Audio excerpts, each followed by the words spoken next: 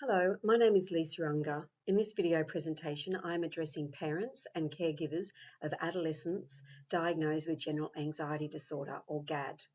I will outline the disorder and the contributing factors. Additionally, I will explore the relationship between anxiety and attachment theory and discuss interventions. Anxiety disorders, including GAD, often develop during childhood and adolescence. GAD can be defined as excessive and persistent fear and worry on most days for a period of 6 months. GAD significantly hinders development, leading to lower academic achievement, poor physical health, and affects family and kin. These conditions are also linked to a higher risk of mental health disorders in adults. Contributing factors to GAD include intergenerational anxiety, parental diagnosis of mental health disorders, such as panic disorder or depression, and parental personality traits such as neuroticism. Biological comorbid diagnosis of psychiatric disorders has also been linked to the development of anxiety in children, for example, ADD, ODD, autism, and Tourette's syndrome. Furthermore, temperamental differences in development are assumed to have a biological basis and sit at the core of theoretical frameworks in anxiety. Social adversities such as overcrowding, hardship, and marital disharmony may also be linked to childhood anxiety and hinder parents' capacity to effectively control a child's anxiety. Negative peer interactions, including insufficient support and acceptance, have also been connected to the onset of anxiety in adolescents. Socioeconomic predicaments of the child, such as poverty, can play a substantial role in the development of anxiety. Psychologically, children with insecure attachment to their parents has also been associated with elevated levels of anxiety, and attachment theory is what I will discuss next. When examining attachment theory established by John Bowlby and later enhanced by Mary Ainsworth, researchers found a direct connection to child and adolescent anxiety. The theory posits that a child is born with an innately determined behavioural system aimed at securing caregiver care and support during distress. The carer, in most cases the parent, is referred to as the attachment figure. The way in which the child experiences the responses from their attachment figure when they are in distress is internalised as an internal working model, and their behaviour is consequential of this working model. If a child consistently receives positive and caring responses, they build a secure attachment working model. Conversely, if a child perceives the attachment figure as unavailable, unreliable, or unresponsive, the child is likely to develop an insecure attachment model.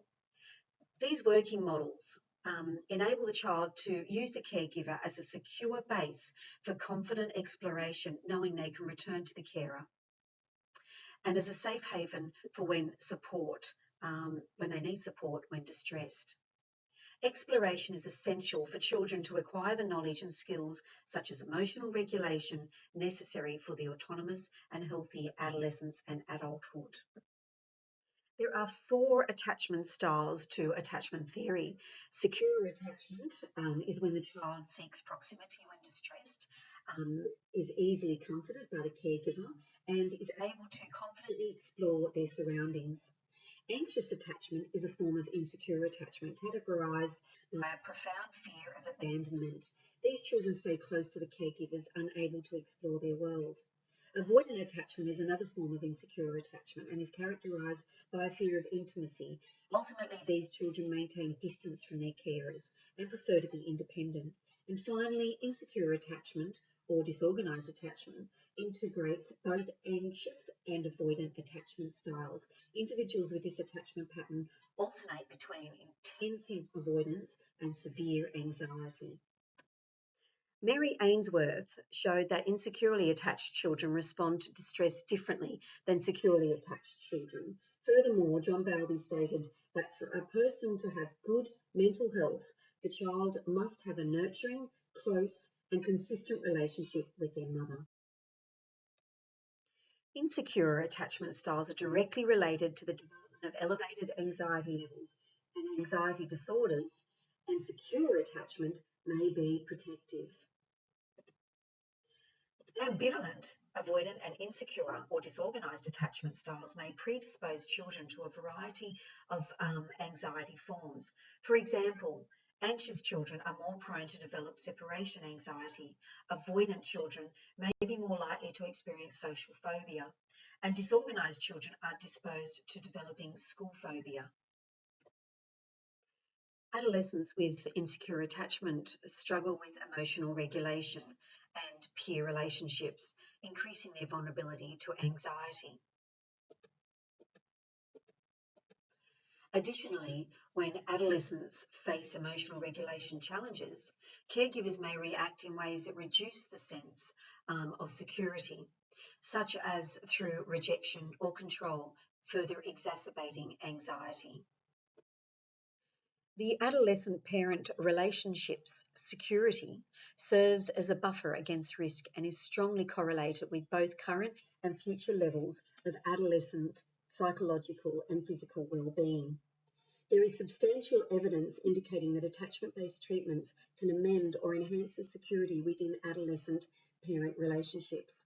This may work in tandem with other evidence-based treatments such as cognitive behavioural therapy, or CBT, and antidepressant medications such as selective serotonin reuptake inhibitors, or SSRIs. Two programs designed to enhance the child-parent attachment include the Circle of Security program, which is effective in enhancing parental sensitivity, resulting in significant improvements in attachment security and reductions in child behaviour problems. Alternatively, the Connect program, which I will focus on, strengthens secure attachment by enhancing parents' reflective abilities, responsiveness, cooperative relationships, shared understanding, and didactic affect regulation in the parent-teen relationship. The Connect program utilises experimental activities and role-playing to help parents, one, manage emotional reactions to teens' challenging behaviours, two, reflect on the attachment needs and mental states behind these behaviours, and three, respond sensitively while setting clear expectations and boundaries.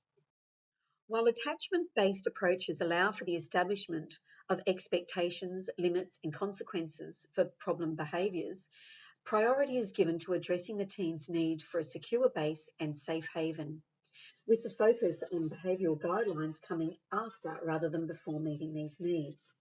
Moretti and Abstuth 2009 found that completion of the Connect program led to significant reductions in parents' reports of teens' oppositional, aggressive and antisocial behaviours, along with decreases in anxiety and depression compared to a waitlist with no significant changes. Parents also noted significant increases in their parenting satisfaction and efficacy. GAD is a profound, debilitating diagnosis with long-term ramifications if not treated. GAD can significantly affect an adolescent's development. Attachment theory is associated with child and adolescent anxiety, as insecure attachments can have a profound effect on the development of anxiety. Involving parents in the Connect program aimed at reinforcing attachment dynamics within the parent-child relationship can substantially mitigate anxiety symptoms in adolescence. Here are my references, and thank you very much for watching.